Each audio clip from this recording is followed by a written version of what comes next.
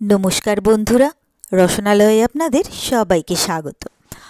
আমার আজকের রেসিপি হলো এগ টিক্কা মশালা। আর এই এগ টিক্কা মশালা আমরা ভীষণ সহজে আর খুব চটপট তৈরি করে নিতে পারবো। আর এটা খেতেও কিন্তু হয় দারুণ টেস্টি। তো এর জন্য প্রথমেই আমি নিয়ে নিয়েছি সেদ্ধ করা কয়েকটা ডিম। এরপরে এই ডিমগুলোকে আমি এরকম সরু সরু করে কেটে নিচ্ছি। তো এটা আমি স্লাইসার দিয়ে কাটছি। এখানে চাইলে কিন্তু চাকু দিয়েও এরকম সরু সরু করে কেটে নেওয়া যায়। তো সবকটা ডিম আমি এরকম পাতলা পাতলা করে কেটে নিলাম। এরপরে আমি এখানে নিয়ে নিয়েছি দুটো বড় সাইজের টমেটো কাটা, আর নিয়ে নিয়েছি বেশ কিছুটা ধনেপাতা, আর তার সাথে আমি নিয়ে নিয়েছি 3-4টে কাঁচা লঙ্কা। তো এইবারে এই সবগুলোকে আমি মিক্সির মধ্যে দিয়ে এটার একটা স্মুথ পেস্ট আমি তৈরি করে নেব। তো কাঁচা লঙ্কা, ধনেপাতা, টমেটোর পেস্ট আমার তৈরি হয়ে গেছে। এরপরে গ্যাসে আমি একটা কড়াই বসিয়ে দিয়েছি। কড়াইয়ের মধ্যে দিয়ে দিলাম তেল। তেলটা গরম হয়ে গেলে তার মধ্যে আমি দিয়ে দিলাম 1 চামচ গোটা জিরে। এরপরে এই জিরেটাকে আমি ভালো করে কয়েক সেকেন্ডের জন্য ভেজে নেব। তো জিরেটা ভাজতে ভাজতে বেশ সুন্দর একটা গন্ধ বেরিয়ে গেছে। এরপরে আমি এর মধ্যে দিয়ে দিচ্ছি একটা বড় সাইজের পেঁয়াজ বাটা।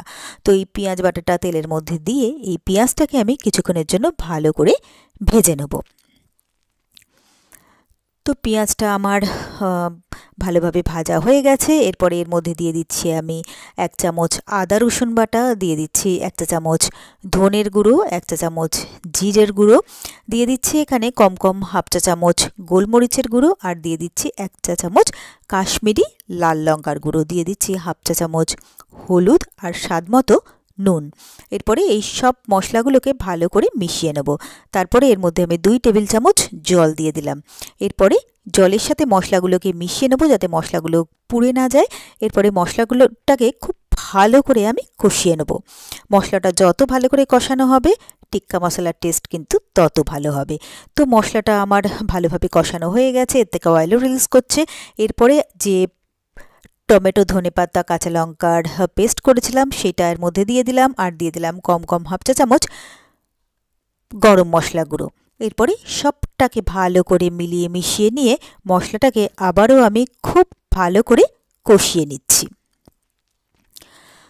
তো মশলাটা আমার খুব ভালো করে আবারও কষানো হয়ে গেছে। এরপরে আমি এখানে 3 টেবিল চামচ টক দই, যেটা ভালো করে আমি ফেটিয়ে রেখেছিলাম, সেই ফেটানো টক দইটা আমি এর মধ্যে দিয়ে দিলাম। তারপরে ভালো করে সবটাকে মিলিয়ে মিশিয়ে নিয়ে আবারও সবটাকে আমি খুব ভালো করে কিছুক্ষণের জন্য কষিয়ে নিচ্ছি। তো মশলাটা আমার খুব ভালোভাবে কষানো হয়ে গেছে। এরপরে এখানে দিয়ে দিলাম আমি গ্রেভির জন্য জল।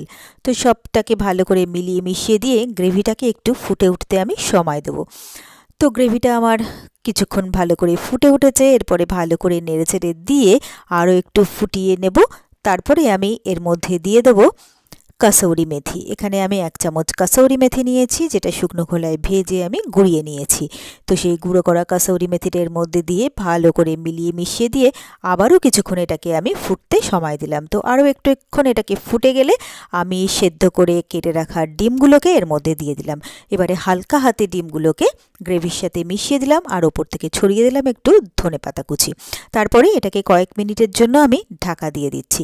তো মিনিট কয়েক পরে ঢাকনাটা খুলে নিলাম, নেড়েচেড়ে দেখে নিলাম। তো এরপরে এটাকে আরও একটুক্ষণ আমি ঢাকনাটা খুলে ফুটতে দেবো। তো আরও একটুক্ষণ ফুটিয়ে নিলাম। আমার কিন্তু এগ টিক্কা মশলা একদম রেডি হয়ে গেছে। এরপরে আমি গ্যাসটাকে অফ করে দিলাম।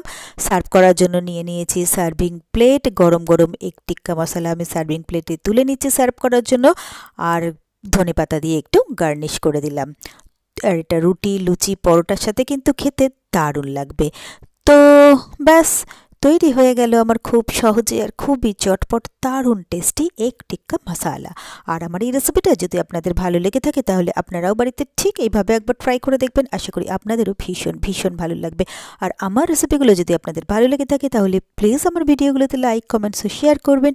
আর আমার চ্যানেলটা যদি নতুন চেক করতে থাকেন তাহলে প্লিজ আমার চ্যানেলটাকে সাবস্ক্রাইব করবেন।